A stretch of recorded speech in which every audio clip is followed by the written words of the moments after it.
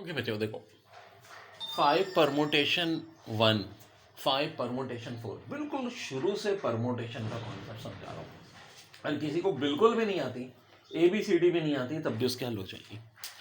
देखो n permutation r basically बराबर होता है n vectorial divide by n minus r vectorial. अब ये वेक्टोरियल आखिर क्या होता है? जैसे कि 5 का वेक्टोरियल निकालना है हमें, जाएगा 5 इंटू 4 इंटू 3 इंटू 2 इंटू 1, यानी कि बोले तो 120। अब अगर ये सवाल हमें आता है 5 परमुटेशन 1, तो ऊपर तो 5 का फैक्टोरियल 120, नीचे 5 माइनस 1 यानी कि 4 का फैक्टोरियल जो कि 24 होता है। 120 को 24 से डिवाइड कर दो, आंसर हमारा 5 हो जाएगा। नीचे वाले सवाल में 5 परमुटेशन 4 यानी ऊपर 5 का फैक्टोरियल 120, नीचे 5 माइनस 4 यानी 1 वैक्टोरियल। 1 वैक्टोरियल 1 होता है, ऑफकोर्स 120 आ जाएगा। वैसे जब भी 5 फैक्टोरियल डिवाइड बाय 4 वैक्टोरियल हो तो बेहतर क्या है कि इसको आप इस तरह ओपन कर लो, 5 इंटू 4 वैक्टोरियल। बात एक ही है, ये 4 वैक्टोरियल कैंसिल हो जाएगा। 4 वैक्टोरियल का मतलब है 4 इंटू 3 इंटू 2 इंटू 1, यानी कि बोले तो 24। 5 vectorial 5 into 4 into 3 into 2 into 1 यानी कि 120। अब फायदा क्या होता है? देखो ये होता है कम्बिनेशन।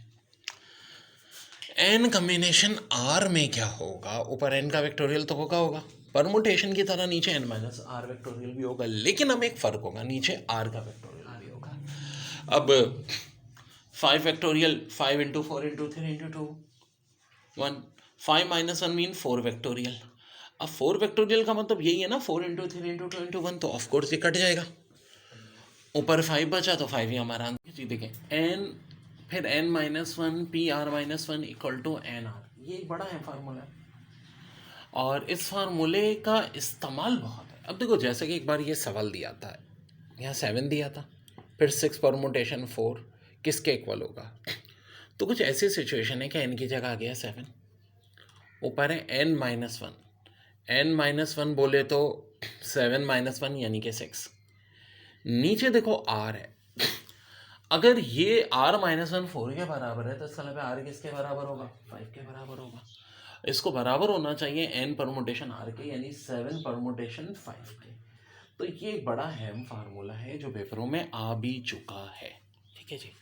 इसी तरह एक और बड़ा अहम फार्मूला होता है n combination r plus n combination r minus 1 बराबर होता है n प्लस 1 कम्बिनेशन r के।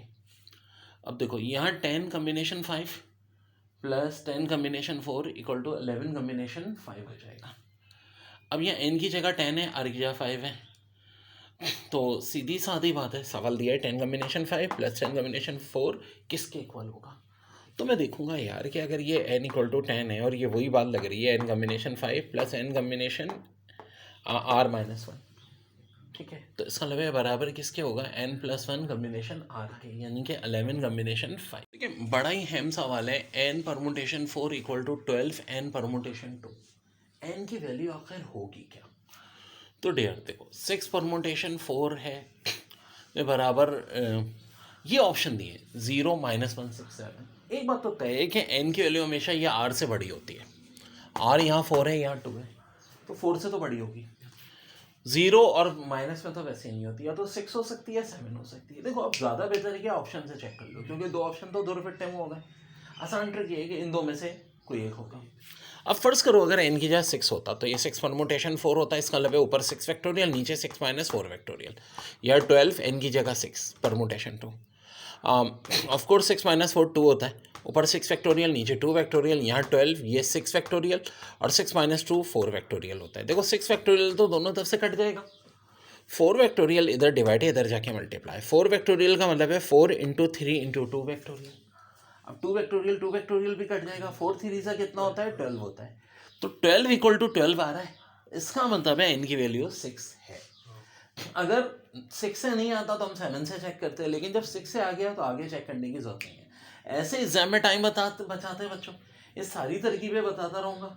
एप्टीट्यूड टेस्ट में मार्क्स हासिल करना एक बहुत टेक्निकल खेल है, वो खेल भाई तुम लोगों को अपने साथ खिलाते रहेंगे, जैसे कह रहा हूँ उस हिसाब से बस करते हैं। बड़ा ही प्यारा सवाल है, n permutation 3 equal to 13 n permutation 2। कह रहे ज़रा एन की वैल्यू तो निकालना। अब देखो एक ऑप्शन है 120, 18, 15, 20, तो यार इतना बड़ा तो होने से रहा, ठीक है, इतनी तो अकल होनी चाहिए। क्योंकि देखो यहाँ परमुटेशन का जो डिफर है 3 या 2 है, तो कोई ऐसा नंबर होगा, और यहाँ 13 है, जो 13 के बहुत करीब करीब हो। यानी देखो ना, यहाँ 2 है और 3 है, तो 13 से उसका या तो 2 का फर्क होगा या 3 का, ज़्यादा चांस यही है। अब 13 से 2 या 3 का फर्क वाला, जी हाँ, एक है 15। तो मैं 15 को चेक करूँगा, ठीक है। तो एन की जगह 15 पुट कर दें। किया पुट? जी हाँ कर दिया। यहाँ पुट किया? जी हाँ कर दिया। और जब हम इसको थोड़ा सा सॉल्व करेंगे तो देखो जाहिर है 15 माइनस 3 12 फैक्टोरियल, 15 माइनस 2 13 फैक्टोरियल, और 15 फैक्टोरियल कैंसिल हुआ, ये 13 फैक्टोरियल इधर डिवाइड था, इधर जाके मल्टीप्लाई, ये 13 उधर जाके डिवाइड। 13 फैक्टोरियल को हम 13 इंटू 12 फैक्टोरियल लिख सकते हैं। 12 फैक्टोरियल कैंसिल हो रहा है, 13 13, तो साबित है 1 आना चाहिए अगर आंसर करेक्ट है, जो कि आ रहा है। और बच्चों इसके लिए एक डायरेक्ट शॉर्टकट फार्मूला भी होता है हमारा, N combination, N permutation R+1 बराबर होता है